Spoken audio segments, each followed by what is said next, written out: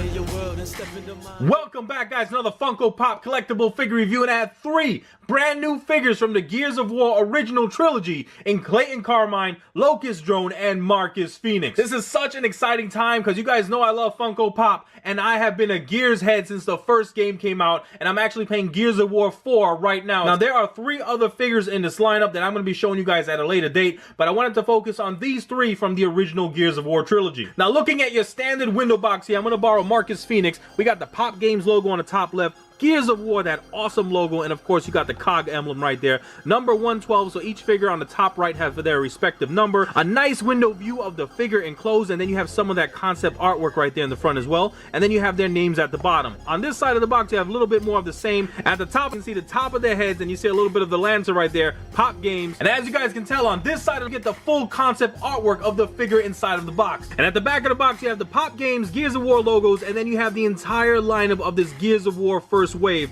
Now, JD Phoenix, Kate Diaz, and Del Walker are a part of Gears of War 4, but let's take Marcus Fenix, Clayton Carmine, and the Locust Drone outside of their boxes, and let's see what they're all about. This is amazing, guys. I got 3 Funko Pop Gears of War figures. I can't believe I'm saying that. I'm so excited, and I'm just thinking about the possibilities down the line for Funko Pop. Maybe a 6-inch boomer, that'll be sick. But let me not get too ahead of myself, and let's focus on these 3 guys right here. As you can tell, they're in your standard Funko stylized form with the gigantic heads, and they are in your standard 3 3/4 inch to 4-inch scale, with the Locust Drone and Marcus being a little bit taller than Clayton Carmine. Now we're gonna start things off with the Locust Drone. Now, for those of you guys that are unaware, the Locusts are the bad guys in the Gears of War franchise. Of course, the cog is where Marcus and Clayton are a part of, but this is so amazing, and this feels a little bit heavier than your standard Funko figure, so there is a lot of plastic being used. And just take a look at all that sculpted detail on this Locust Drone. Just look at all of the scales going around the head of this Locust here. All of them are individually sculpted, and then they added a little touch of black just to accentuate all of those scales, and the scales continue on throughout the arms, going on the top of the hand on the right arm there. And then you kind of got that pale off-white color for the rest of his face, and nice detailing all the way around. You got some wrinkles sculpted in by the eyebrows, then you have those sunken eyes, and I love that mustard yellow eyes just popping because of the gray background. Now take a look at the nicely sculpted crooked teeth of this Locust, my goodness. And then you have the gray painted nicely behind it, so it really makes all of the teeth stand out. And then the sculpt of the nose is going upwards, and a little bit of gray paint inside of the nostrils. Such an amazing job with this head sculpt, and especially the paint apps. Now the amazing sculpt continues on with the body. Look at the armor here, all of the detail put in, all of that line work. You got the Locust emblem there, the same Locust emblem you have right there at the tip of the hammer burst. Nice separation between that brown and that blood red of his armor. Got little touches of black. You got a ton of pouches on this guy. I love that red painted spine. Everything is seemingly very clean with the paint apps. Now you have this nicely sculpted hammer burst and all the great separation of the brown, the red, the silver, even the little touch of yellow up top.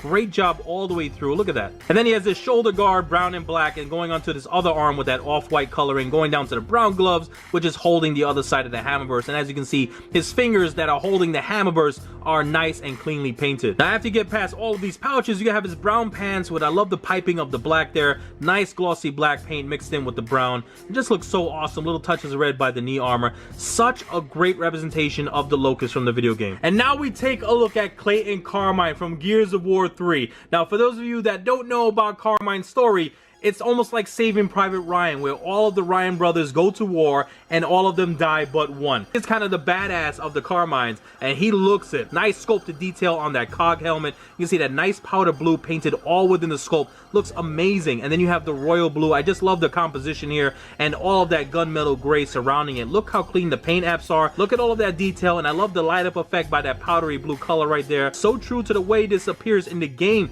and this is just the helmet. And excuse the shadowing from his gigantic Funko styled head, but we do have a cog emblem right there at the center of his armor, nicely done with the white. You see it's kind of washed away, but it looks great for his armor because he's always in the middle of war. And it says Grub Killer, grub meaning locust, and this Clayton Carmine has had his fair share of locusts under his boot, if you know what I'm saying. And you got a little splatter of blood right there. Nice clean job with those little blue rings, and then you have the outer portion, which is all done in that silver. Now looking at his left arm, you can see the flesh tone paint, which is nicely done, and then he has a tattoo of of bullets all across his arm, going down to this awesome looking glove. Look how nicely sculpted that is, and you have the same consistent flesh tone paint used for his fingers. You got this awesome silver buckle in the middle, and then you have the blue on the outskirts, and then the sculpted detail all the way throughout the brown belt, leading to some more pouches like you saw with the Locust Drone. You can never have too many pouches, going into that nice silver buckle in the back. And take a look at all of that detail again in the back here for his armor, and I love how fine the paint apps are of that powdery blue right within that sculpt. Now in his right arm, as you can see, he is holding the Lancer, but before I get to the Lancer, take a look at that awesome tattoo painted right on his shoulder. It reminds me a lot of the Expendables movie, and if you guys know anything about Carmine,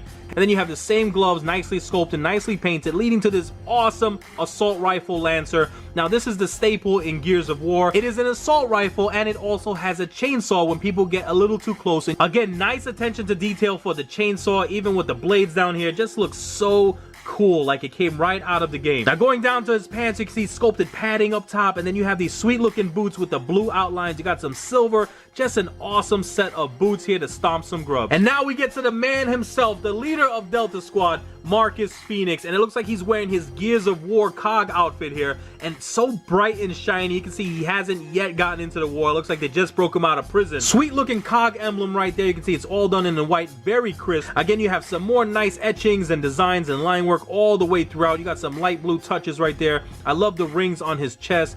Very clean. Take a look at that blue all the way around. It just doesn't spill over at all onto the black. And at the back, you can see an awesomely sculpted backpack there. Look at all of that fine detail. And then we have some bigger pouches by his waist. Nice separation between that silver and that brown. And then we get some more pouches over here. Just so awesome. Just looking at his armored legs here, you can see the detail, the nice fine sculpted detail right there on his knee pads, at the tip of his boots, and even the separation between that silver paint and the black of his pants underneath. And you got the same deal going on with his arms, with a lot of armor painted in silver, and then you have the black underneath, and you don't see any spillage whatsoever. And I love how they represented the lighting effect of his armor by that baby blue right there, painted in nicely all within the sculpt. Again, very clean. And looking at his right arm, he is posed holding the Lancer again, and this is so well done. This is from Gears 1. Take a look at all of that detail. Nice paint apps all the way through. Now we get to the head sculpt for last, because I wanted to show off a lot of his iconic features. Now we have the bandana here, which is nicely sculpted, and you have the wrinkles all the way through until you get to the knot. I love the sculpt of the hair coming outward, and his bandana is all done in the gray,